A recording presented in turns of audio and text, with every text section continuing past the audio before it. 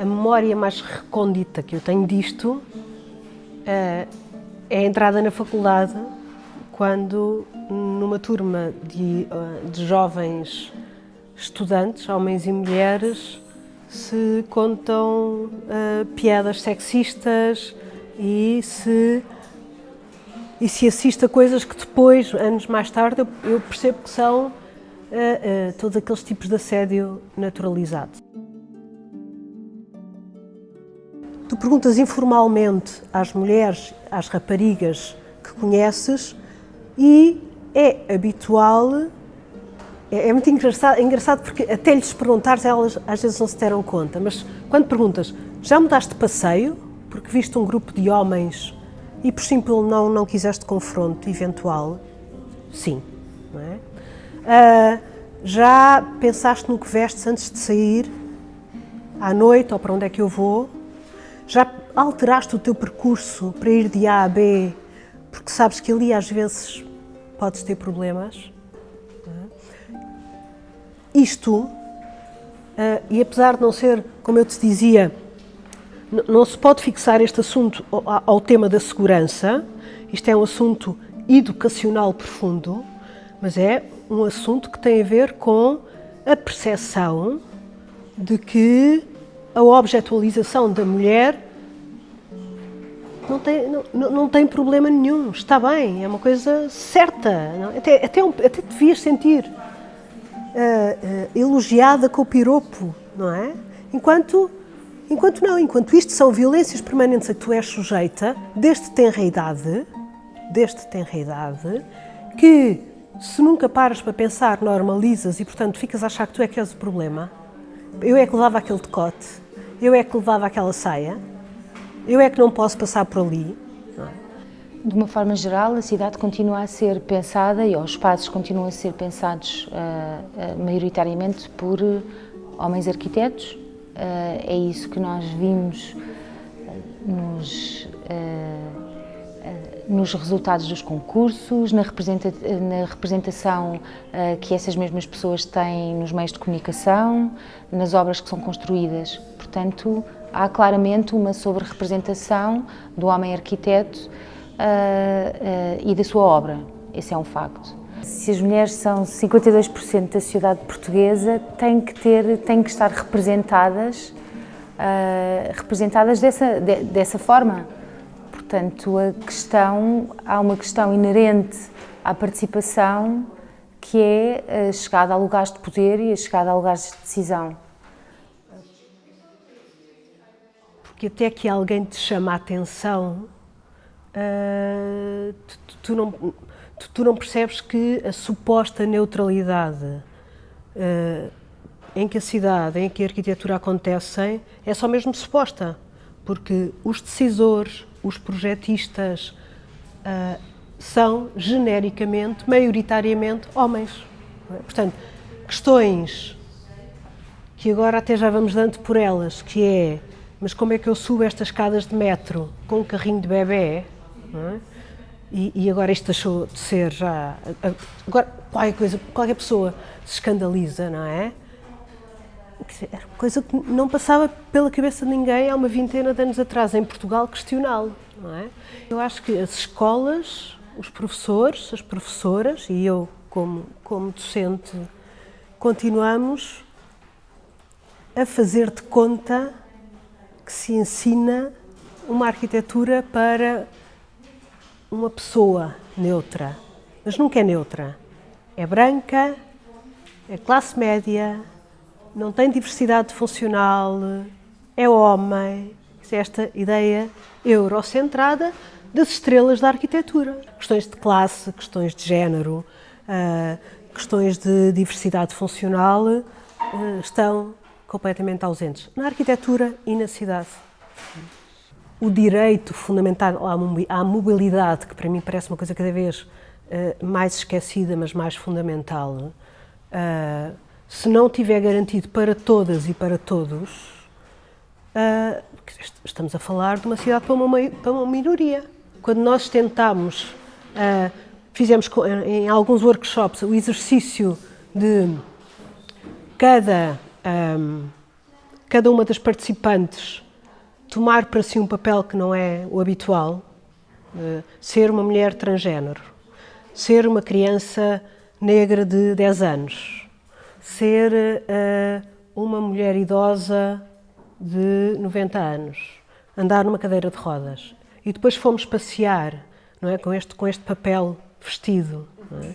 E fomos passear por uma redondeza, por um bairro, bastam 4 ou 5 quarteirões, e depois parámos para discutir e de repente nós percebemos como, nas condições em que nos encontramos, temos uma sucessão de privilégios. Isto passa de achar que a cidade não se faz de cima para baixo, não é? Se tu fores ao teu bairro, à tua rua, e te reunires com mulheres, com quem queira, não é? E discutires quais são as questões do teu bairro, e depois eu for ao meu bairro, se calhar as questões não são iguais, não é? E já estou a falar, outra vez, de gente como nós, de privilégio. Eu acho que se não és capaz de construir uma cidade que é empática com a diferença, estás, obviamente, a contrariar a gênese da cidade que devia ser o espaço da democracia, e estás a incentivar todas as esferas dos não privilégios. Não é? Se tu tens autocarros, metros que não garantem horas alargadas, que não garantem segurança efetiva às mulheres que lá andam, se tu tens passeios que não estão em condições e tens 90 anos e vives sozinha, porque nós mulheres vivemos mais tempo e, portanto, mais tempo sozinhas. Tens medo de ir à rua porque cais. A verdade é que isto não se resolve só com a cidade, isto é um problema social alargado, não é?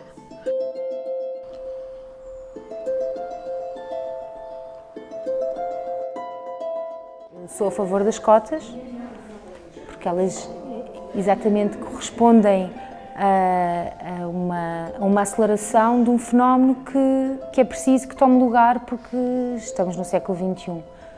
Portanto, essa participação, em alguns casos, tem até que ser forçada para chegarmos a essa tal sociedade onde as mulheres estão representadas e se fazem representar por elas próprias. A cidade feminista é uma cidade que é co-construída, que é co-gerida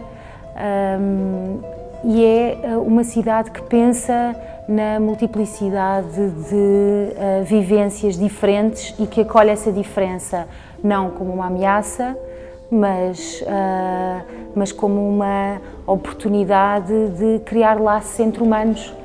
Quando nós pensamos, agimos e exigimos uma cidade que tenha perspectiva feminista, nas suas decisões, no seu desenho, na sua prática, não estamos só a falar de fatores securitários, não é?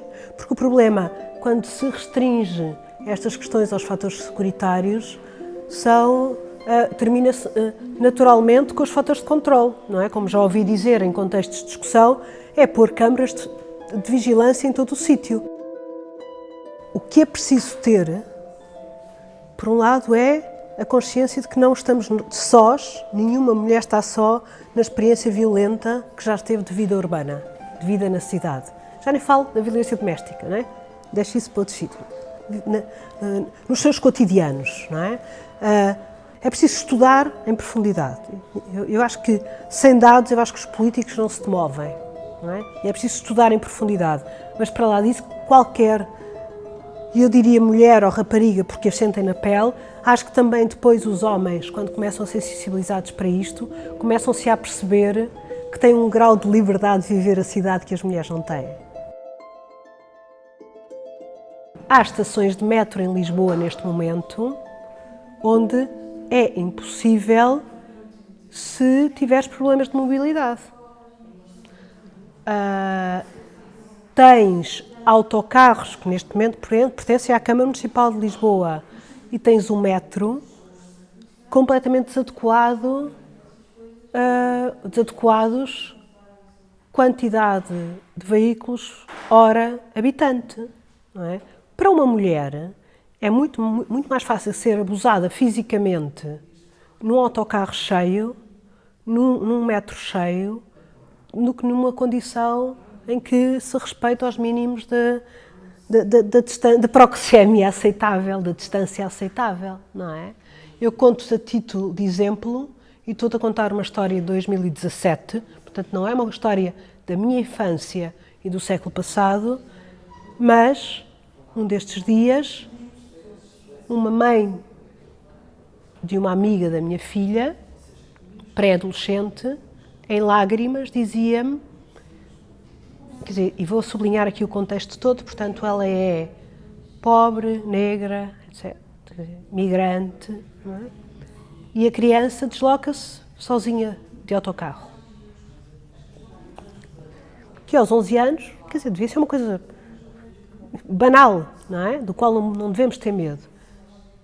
E no autocarro, ela foi completamente apalpada por um homem que estava ao lado dela.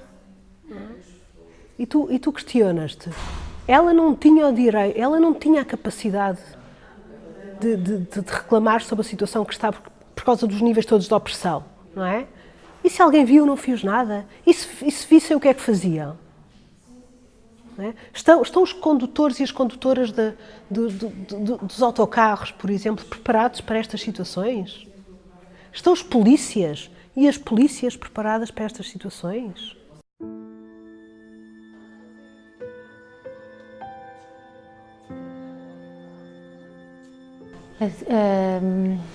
Tive poucas professoras, é um facto.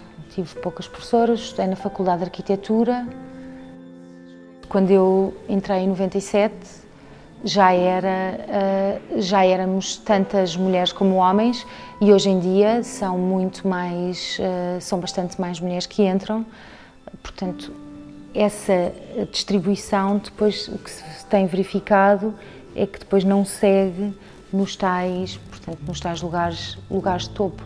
É difícil perguntar a alunos de arquitetura para dizerem de repente 10 mulheres arquitetas que tenham marcado o seu percurso ou que achem inspiradoras. E isso é assustador. Só. Júris equitativos, paritários, aliás, outro tipo de situações onde efetivamente se pus por a cabeça e não se convide sempre os mesmos homens. Até porque há cada vez mais arquitetas com excelente trabalho, portanto não há uma resposta, essa resposta não é de todo baseada na qualidade, baseada numa rede que se mantém, que se alimenta. Muitas vezes até as pessoas não o fazem de uma forma consciente, mas é apenas porque é mais fácil. A associação foca-se não só portanto, nas mulheres que são arquitetas, mas nos espaços que são desenhados, nos quais as mulheres, qualquer mulher, habita. Vamos começar com um projeto ainda este mês, um projeto que é financiado pela Câmara Municipal de Lisboa no âmbito de um programa que se chama BIP-ZIP, para bairros de intervenção prioritária e zonas de intervenção prioritária. E temos um projeto que se chama Um Género de Escola e que tenta, a partir daquilo que é o espaço da escola, desconstruir com alunos e alunas preconceitos de género, portanto, e desconstruí-los a partir do espaço onde eles vivem na escola. A ideia é desconstruir estes estereótipos, repensá-los a partir do espaço da escola, a partir, por exemplo, do espaço do recreio, que é um espaço que tem, desde muito cedo, tem esta demarcação muito evidente entre aquilo que são atividades de rapaz e atividades de rapariga, que são, obviamente, socialmente construídas, que os rapazes jogam à bola e as raparigas ficam sentadas a conversar numa dimensão mais mais passiva, eles mais ativos, e como tudo circula muitas vezes em torno daquilo que é o campo polidesportivo que depois é ocupado, e como é que nós, através do desenho deste tipo de espaços, podemos ou não potenciar estes estereótipos de género.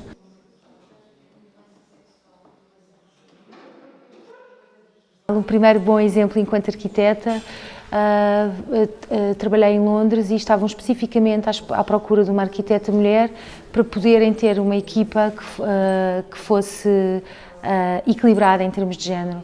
E isto foi em 2005, portanto foi uma primeira abordagem num lugar e num sítio que se preocupava com estas questões e que levava estas questões a sério. Há muito menos anos, no âmbito da minha investigação de doutoramento, e este exemplo é um exemplo que espelha muito bem aquilo que é a forma como muitas vezes as mulheres são olhadas e a forma como elas são representadas. Aconteceu, portanto, uma técnica municipal ter dito a um conjunto de, portanto, enfim, a uma associação de moradores, portanto, a mim e a outra colega arquiteta e uma colega antropóloga, ter feito o seguinte comentário, e este comentário foi feito por uma mulher: não se preocupem porque estas meninas estão aqui e depois ajudam-vos. E há toda esta dinâmica de me chamarem menina com quase 40 anos e com 2 filhos, que me reduz, porque o meu papel ali não era enquanto menina, era enquanto arquiteta, que eu estava ali, e também uma outra dimensão que é importante, que é a dimensão da ajuda, do trabalho não ser reconhecido enquanto trabalho e de ser reconhecido enquanto uma ajuda. Portanto, nós arquitetas estaríamos ali a ajudar, nós arquitetas meninas estaríamos a ajudar. E esse é um bom exemplo de uma forma de discurso muito subtil, que até foi proferida por uma mulher, portanto, e que provavelmente foi inocente e não teve em conta, mas que realmente, naquele sentido, torna o nosso trabalho menos válido e não nos valoriza enquanto profissionais.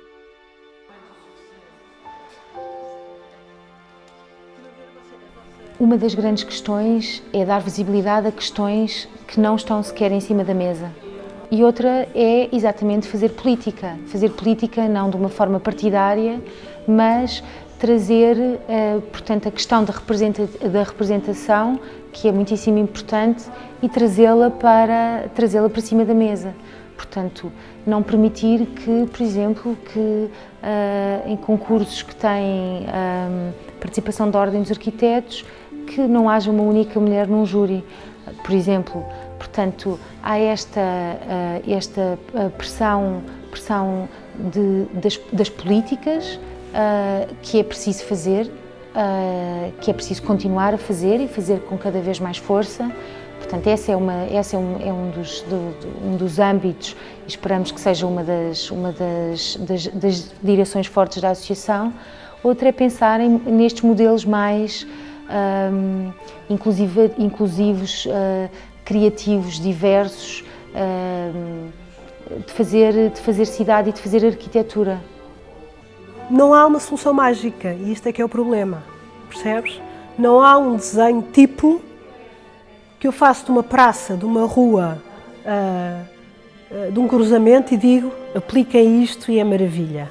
Não, percebes? Uma solução que funciona em Lisboa, em determinado bairro, pode ser fantástica, e depois chegas a Cascais e é um tremendo de uma desilusão.